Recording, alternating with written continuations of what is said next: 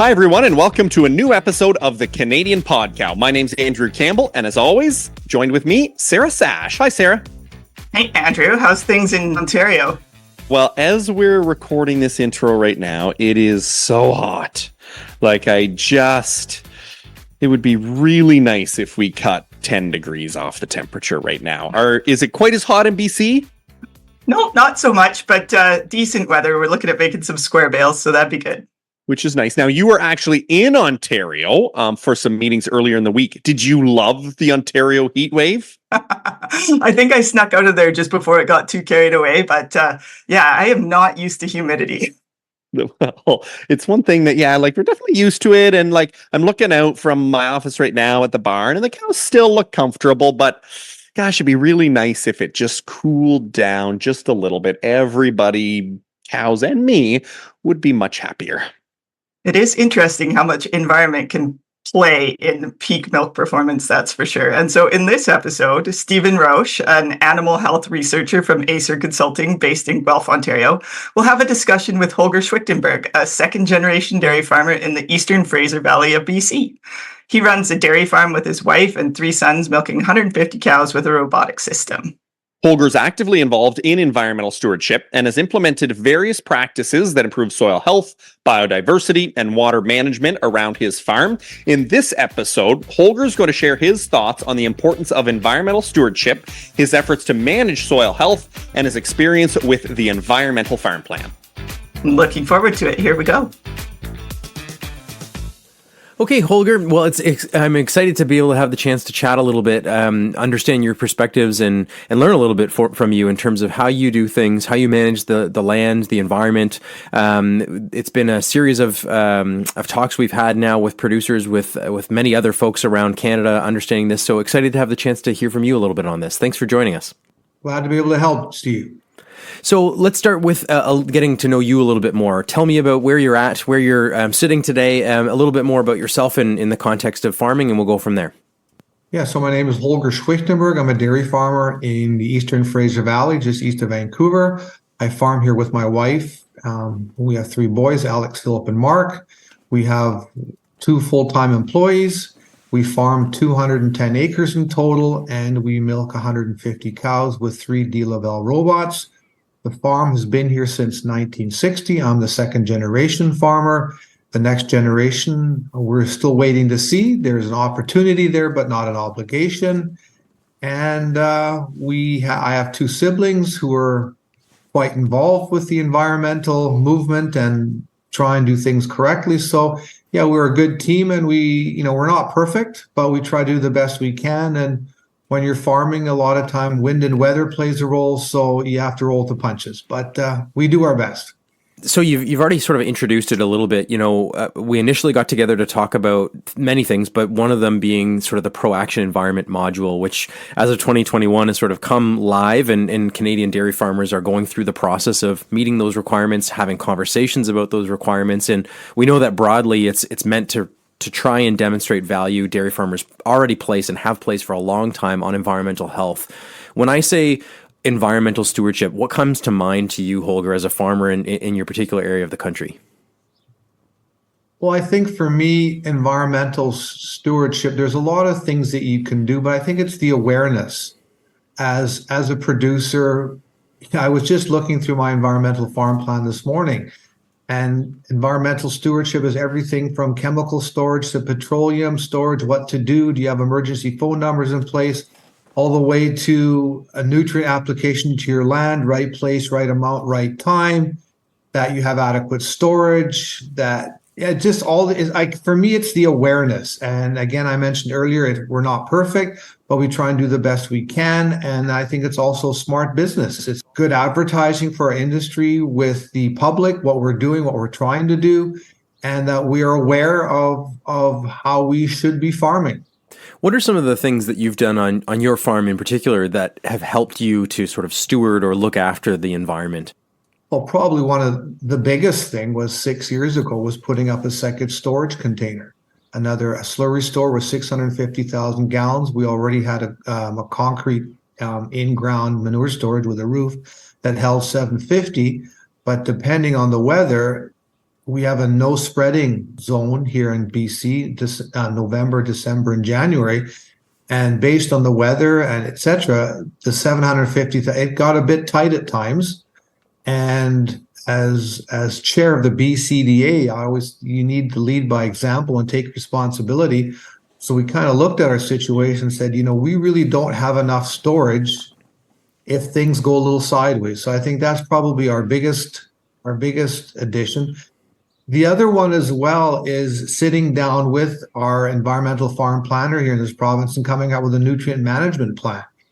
How many cows we have, how many replacements we have, how much land do we have? Are we spreading it at the right time? Are we drag lining it? Are we sort of tanking it? Just the whole awareness of treating it much more. Yeah, it's a nutrient, not a waste. And I think that shift has been very important. I mean, it's been 25 years, but just the awareness of what you have. And of course, increasing fertilizer prices makes you realize just what you have, it has value. You talked about your EFP. Now, the EFP itself has been sort of adopted by not just dairy farmers, but by most livestock agricultural commodities in Canada as an important resource and opportunity to sort of figure out and strategize and tailor management to risks on your property or around in your environment. Every province seems to take a slightly different approach in terms of the opportunities farmers have to get it done versus online, sitting down with an advisor and so on. Talk to me about your experience in doing your EFP. You mentioned it's been some time since you've initially developed one, and you mentioned the use of an advisor. So what does that look like in your neck of the woods? So in our neck of the woods, we have an ex-dairy farmer called Dave Melnichuk. And he did our original EFP. I think it was probably about 12 years ago already. We needed to complete the EFP to apply for some funding for a roof on the manure pit. And Dave is very knowledgeable. Dave knows the dairy industry. And we sat in front of our house and we had a couple beer and we flipped through the environmental farm plan and we filled it out together. And it was a very positive experience. And I like the fact that I have a personal relationship with Dave, and we discussed things, he analyzed, he explained, and it was not an onerous, you were doing everything wrong kind of a conversation. It was just, this is what we need to work on. These are your strengths. These are your weaknesses. Were you even aware of this? No, I wasn't. So it was very much a conversation. And I found it quite enlightening. And I also would like to point out that since September 2021, when the environmental pillar became mandatory for ProAction, every dairy farm in BC by September of this year should have an EFP. And I've actually heard very little pushback, that they're not upset. They're recognizing that there are limitations, that, there's only so many EFPs and you have to get in the line, in the queue, but it hasn't been this big hurdle that some people had anticipated. Now, this is anecdotal experience from my part, but it has not been a big negative experience like some people feared. Oh, I'm glad to hear that. Thinking of your experience, anything in particular surprise you? Maybe a risk you hadn't considered as being part of this, something that you thought maybe you were strong on that turned out to be an area for improvement? I think for us, the one is that, we are farming actually a little more than 210 acres, but if you have your 300 mature cow equivalents, that our farm, we're okay, but we're close as far as, plant nutrient uptake, the amount of land we use for corn, that we have to pay attention. We're not free and clear. We don't have excessive land. And I think the other thing that we found beneficial is the whole idea of when to spread. Are there any water courses? Are there, what can you do to, setbacks? What can some of your neighbors do?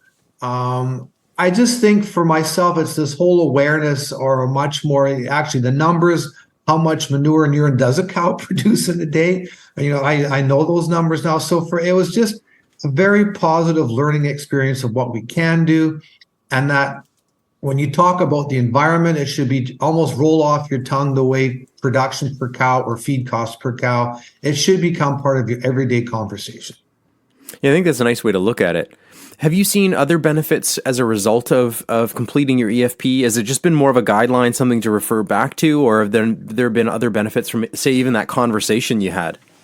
I think just from the conversation that we had, is that if you ever do have a chemical spill or if you do have a petroleum spill, that you actually have a phone number ready to go. That, that's something we never had before. Are you paying attention to the runoff from the bunker silo? What's happening with that? You make sure that you harvest the right dry matter content so you have no excessive fluid running off your bunker. We found out that certain parts of the country, they've got nothing to do with their silo plastic on their bunker silo. We have a recycling program in our community. Other communities, you find out that there's no recycling, and actually the local landfill won't even take it. They're almost forced to burn or bury it, which is really what you don't want to do. Even, for example, carcass disposal. We have people here in our valley that pick it up. Other parts of the country, you're on your own. So maybe that we are spoiled a bit, but for me, it also showed that we're not all singing from the same song sheet when it comes to environmental concerns. Or what's important to us is, for example, Saskatchewan, they have much, you have a 3-year program, I believe, as far as when and where you can spread manure. Manitoba's got some very stringent rules. New Brunswick has practically none, but we're all one industry. So I think you have to keep that in mind, that we're not all equal. Yeah, I think that's a really good point. And the challenges, environmental and otherwise, that come up in different areas of the country are very unique in some cases too. I mean, from water courses running through your land, like you said, to environmental pressures and competition for land, all of those things. Here in Ontario, where I sit today, I mean, geez, the amount of rural land that is being sort of, let's call it just urban encroachment, right? Even just understanding the impacts of all of those things that are outside of a farmer's control, but impact ultimately how we manage and expectations as the public gets closer to rural land is an interesting conversation, to say the least. As we sort of switch gears a little bit, a major focus when we think typically, I'd say, about environmental management is soil health. It's something that's a core component of the environment questionnaire and the environmental farm plan in terms of, how do we actually address compaction, erosion? How do we build soil carbon? We hear for years now about zero or minimum tillage, cover cropping, many other soil health practices too. If I just asked you the question, Holger, how do you manage soil health on your farm? What comes to mind as sort of key practices that you've either done for some time or maybe something you've maybe changed your approach on more recently? Well, the one thing that myself and most other dairy farms in the Fraser Valley have done is pay much more attention to the cover crop component and how best to manage that. For example, our farm, we grow corn now with slightly less heat units so that we can harvest somewhat earlier in the fall to make sure that you actually get your cover crop in the ground. That is actually the healthy stand when you go into the winter, and that by the time next spring rolls around, that you actually have a crop to harvest before you plant your next corn crop. And I think that, never mind keeping the soil matter on your land from wind and water erosion, but you also have another whole crop to work with. So we actually have an established cover crop that when we harvest the corn in the fall, we can actually legitimately spread manure because there's actually a growing crop left over after the corn has been harvested. And there's been and we're part of a living labs component to that, where they're actually doing research on that. How does it work? Again, last year it wasn't as successful as 2 years ago because there simply wasn't any moisture. We've solved that because we've installed an irrigation system. But I think for a lot of farmers, that whole cover crop component of it, increasing your feed production, especially with the tremendous cost increases for your grains and stuff that we have to import into BC, that you can grow as many of your forages are homegrown versus purchasing is for us is very important to the bottom line. So cover cropping, and also paying much more attention to the people that are doing the drag lining. How are they doing it? How much are they adding? Are they careful? Are they leaving large puddles in the middle of the field? Yeah, just this whole awareness and paying attention that it's not just off the side of your desk. This is an important part of your farming operation, and you need to pay attention to it. You mentioned an important piece there that I've been chatting with other farmers about around irrigation, and specifically irrigation being the important piece, but water management, water conservation, water usage. Has that been a focal point for, I don't know if you can speak about this from the BC context, because just given that you're on the coast, I don't know if there's more interest there, but at minimum, just trying to think about water use efficiency. What does that sort of look like for you in context of your farm? Well, and to put it bluntly, for the last 6 years, historically in the Fraser Valley, you get 5 cuts. And the first 2 cuts have been good, solid, and 3, 4, and 5 have been pretty much non-existent. And going over to the corn for a minute, we used to, let's say, conservatively harvest 23, 24, 25 tons of corn per acre. Some of these other years, we've been 16 and 17. Input costs remain the same, but because of lack of moisture, you're not getting the tonnage. So a farm such as ours, with the decreased tonnage with the corn and third, fourth, and fifth crop not really yielding much at all without irrigation, the margins just aren't there to keep farming like we were. So this whole water management, becoming part of the irrigation team, is it's been non-negotiable. We've had to do it at the rate we are going. We can't keep paying those kind of feed costs for imported alfalfa.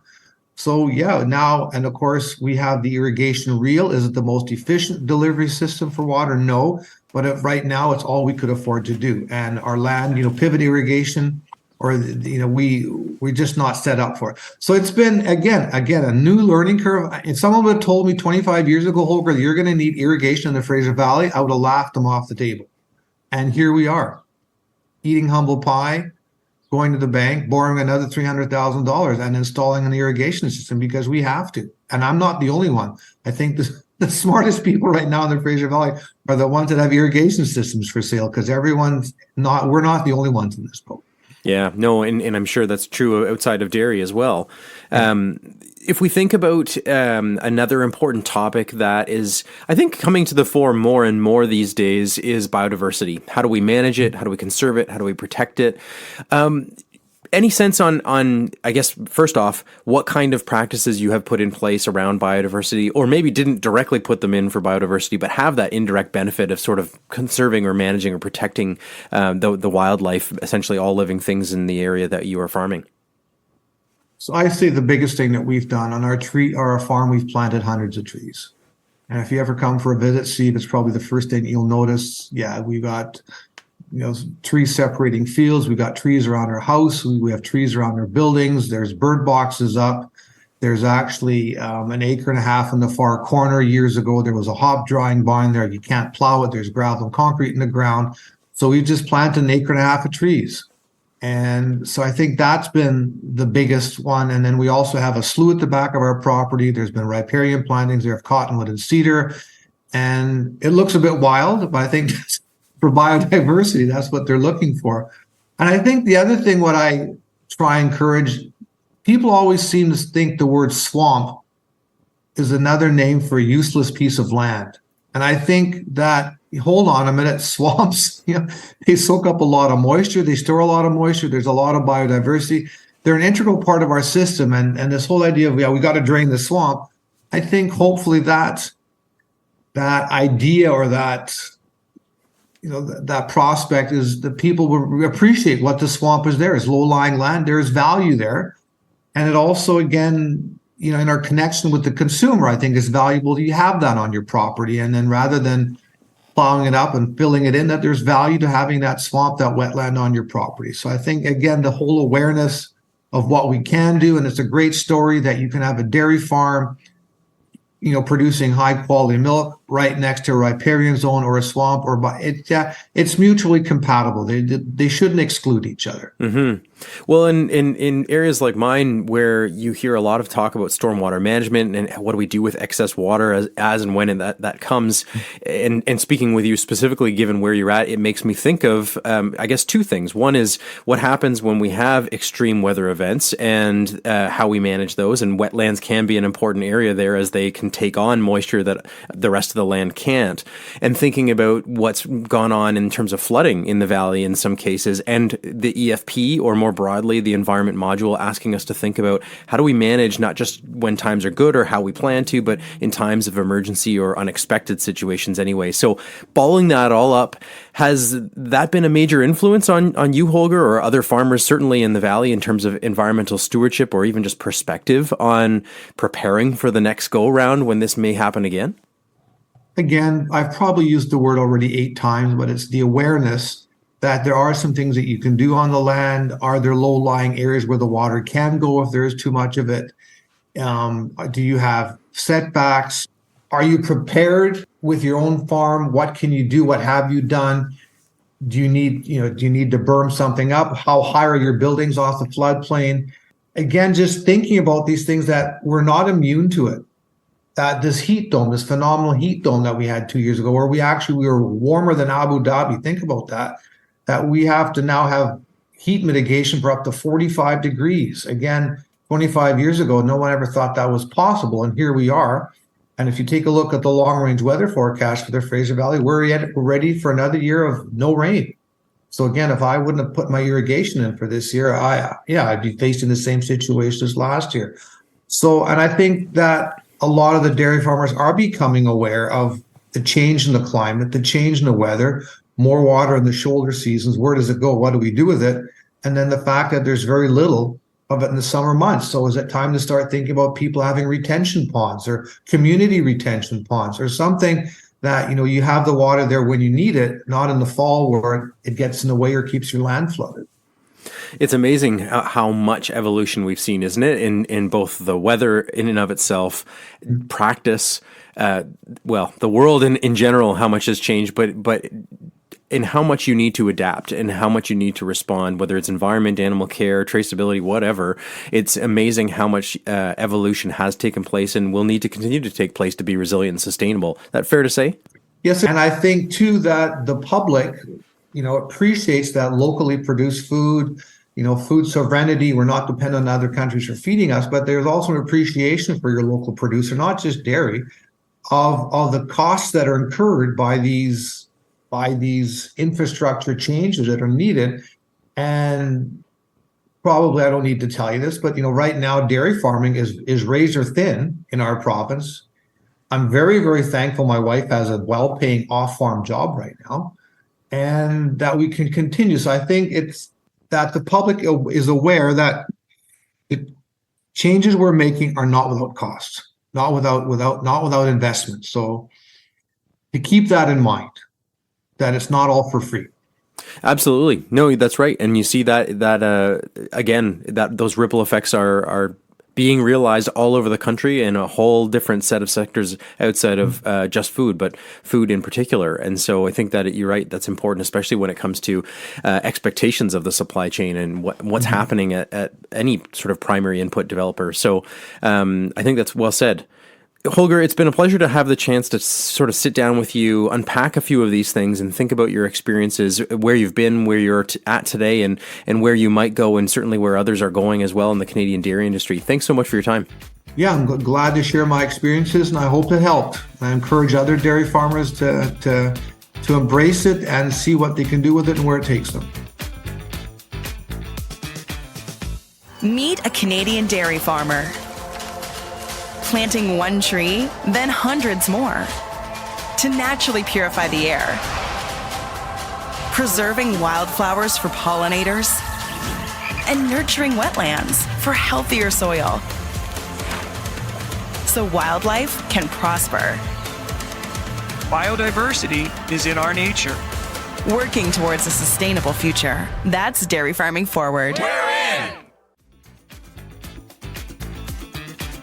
So no pun intended, Andrew, but we covered a lot of ground today, from the importance of the EFP in identifying areas for improvement on the farm, to innovative ways to manage soil health and nutrient application, water management strategies. We've got it all in there. So there's lots of things to consider as we prepare and adapt to new environmental challenges. I'm sorry, you said no pun intended. We've covered a lot of ground. You absolutely intended that pun. You had to have, Sarah.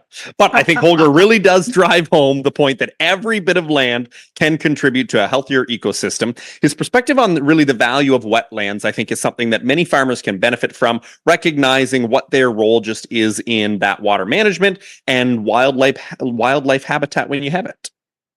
Yeah, for me, one of the key takeaways from the conversation is that sustainable farming practices, while they can require significant investment and effort, offer such substantial long-term benefits. They help preserve natural resources, enhance farm resilience, and promote biodiversity, all of which are crucial as we face growing environmental pressures. And Holger's farm is sure committed to taking on a lot of these things. Before we do wrap up, I do want to thank Holger for sharing his journey and insights with us. And a big thanks, obviously, to Steven as well for driving the conversation as part of the Dairy Farmers of Canada's Pro Action podcast series, which is partly funded by the Canadian Agricultural Partnership. And we would be remiss not to thank our production team, Carl Belanger and Bruce Sargent, as always, and to Erin Winans and Carly Wright for their technical support. We'll catch you soon on another episode of the Canadian Podcast.